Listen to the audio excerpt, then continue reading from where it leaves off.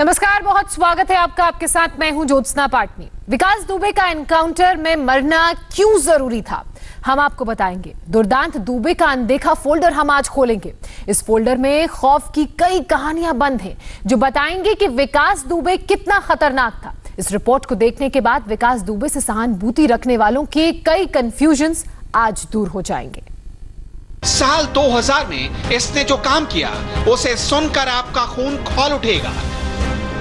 शिवली के Tarachand inter college में assistant manager Siddheshwar Pandey से जमीन विवाद ही था।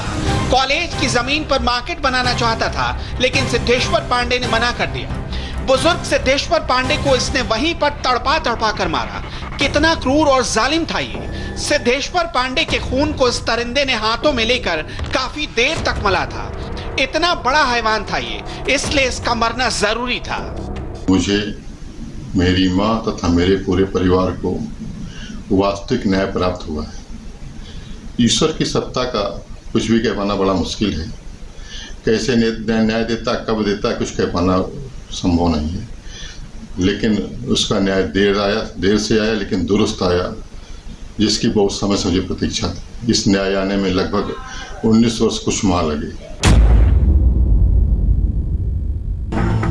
1985 और 90 का दौर था।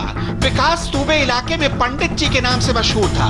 ये वो दौर था जब जातियों को लेकर सियासी समीकरण सेट किए जाते थे। हर जाति का एक दबंग होता था जो उस जाति के वोट बैंक की गारंटी था। विकास दुबे के शातिर दिमाग में इसका फ्यूचर प्लान बन चुका था, जिसे डायरेक्शन दिया कुछ लोकल नेताओं ने।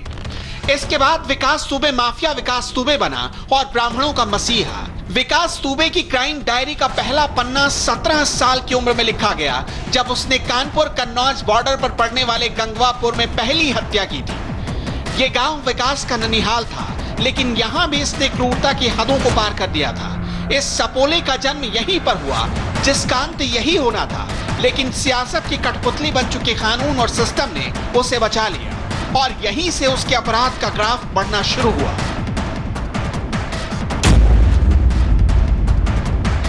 एक हत्या के बाद इलाके में इसकी दहशत की चर्चा होने लगी, जिसे ये एंजॉय करने लगा। लूट चोरी के वारदातों को अंजाम देने लगा। 17 से 18 साल की उम्र ही होगी इसकी जब इसने अपने 4-5 दोस्तों के साथ मिलकर एक बारात को लूट लिया था। इसने अंधेरे में झाड़ियों में कई जगह जलती हुई सिगरेट खोस दी थी, जिससे कि बस में बैठे बारातियों को लगे कि इसके और भी साथी जो झाड़ियों में छिपे। इस तरह अपने शातिर दिमाग से पूरी बारात को लूट लिया। जमीन इसकी कमजोरी थी। जमीन पर कब्जा कर ये अपनी पाप की लंका बढ़ाने में जुट गया। 1991 में उसने अपने ही गांव के झुन्ना बाबा की हत्या कर दी। कोई वारिस नहीं था। उसे खबर लगी कि झुन्ना बाबा ने जमीन के भीतर जेवर गाड़ कर रखा है। इसके बाद ये झुन्ना बाबा के खून का प्यासा हो गया। बड़ी ही बेदर्दी से इस दरिंदे ने झुन्ना बाबा का कत्ल कर दिया था। एक के बाद एक कत्ल करता गया और इसका खौफ बढ़ता गया।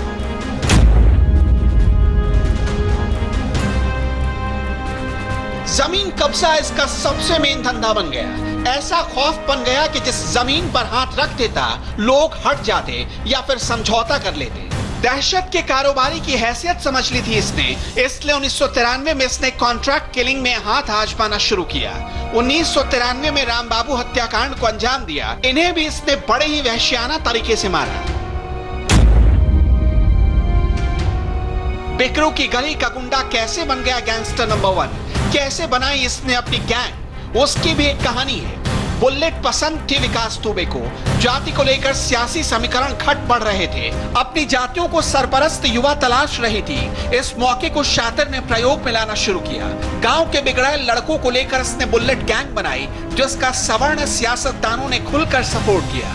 पूर्व विधायक नेक चंद्र पांडे की पूरी सरपरस्ती में ये गैंग फलने फूलने लगा। विकास के बुलेट गैंग के इन गुर्गों ने छोटे मोटे अपराध करने शुरू कर दिए, जिससे चौबेपुर, शिवली, बिल्हौर में विकास दुबे की तूती बोलने लगी।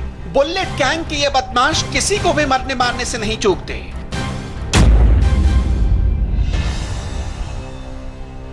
गांव वाले बताते हैं कि गांव के युवाओं के लिए विकास दुबे रोल मॉडल बनने लगा था। लूटपाट और क्राइम का मजा लेने लगे थे गांव वाले। लूट की रकम और राशन जो मिलता वो गांव में बांटने लगा। खौफ के नाम पर कारोबार का मतलब इसने जो समझाया उससे कई युवा भटक गए। नतीजा ये हुआ कि इन युवाओं के नाम पर असलहों का लाइसेंस लेता था और हथियारों का जखीरा अपने घर में बनाने लगा।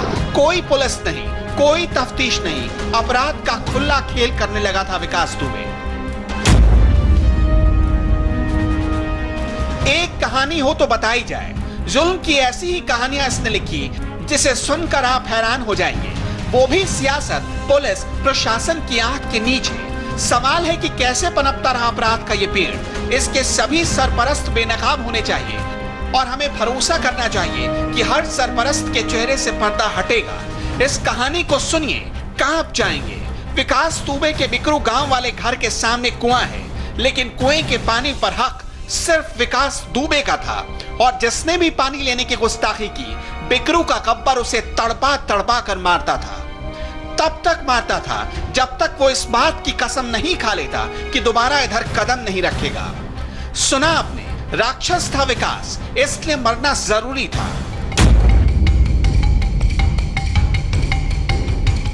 मौत का डर किसे नहीं लगता, मांग सुनी होने का खौफ किसे नहीं सताता।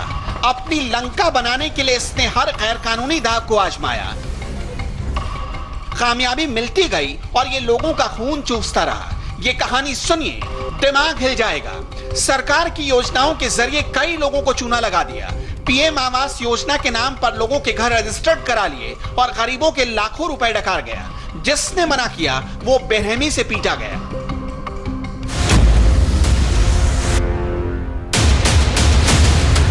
हर एक कहानी डराने वाली है। जब आप ऐसे हालात में खुद को रखकर महसूस करेंगे, तब आपको पता चलेगा कि विकास दुबे की मौत क्यों जरूरी थी। इसने पॉलिटिकल मर्डर भी किए, वो भी दहलाने वाले थे।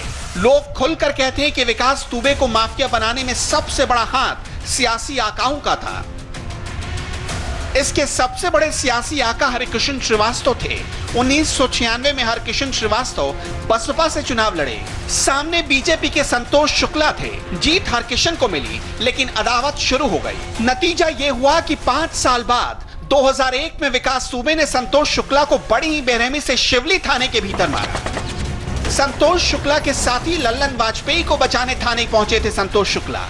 बात बढ़ी, थाने के भीतर ही राज्य मंत्री का दर्जा प्राप्त संतोष शुक्ला को 25 पुलिस वालों के सामने भून दिया। खौफ का आलम यह था कि सभी पुलिस वाले गवाही से मुकर गए। भगवान के यहाँ देर है, अंधेर नहीं, और उसी का प्रतिफल है कि मुझे जो न्याय मिला 19 साल बाद जरूर मिला, लेकिन जो अपराध करता रहा उसका पाप का घड़ा भरता रहा।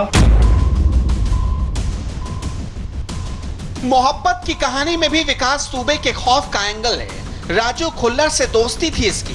दोस्त की बहन से आशिकी कर बैठा। ऋचा के घर वाले नाराज हो गए। ऋचा पर पाबंदियां लगा दी गई जो इसे बर्दाश्त नहीं हुआ। ऋचा के प्यार में पागल इसने अपने सास और ससुर की कनपट्टी पर पिस्टल रख दी और 1997 में ऋचा को भगा कर ले गया और शादी कर ली।